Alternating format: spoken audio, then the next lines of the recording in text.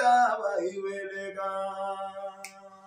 Ilallah, la ilaha illallah, walai Muhammadu Rasulullah. Ilallah, la ilaha illallah, ilallah.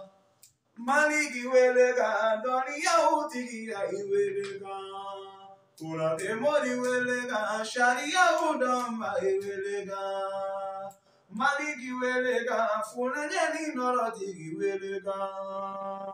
Maliki welega, funanyeni ponyatiki welega. Maliki welega, funanyeni norotiki welega. Ilallah, la ilaha illallah, wallahi Muhammadu Rasulullah. Ilallah, la ilaha illallah, wallahi Muhammadu Rasulullah. Abe maliki fe Qur'an dalimi kuradila. Obe kurade fe sharia udoni me kuradila. Abe maliki fe doni ya uchama me kuradila. Ilallah, la ilaha illallah.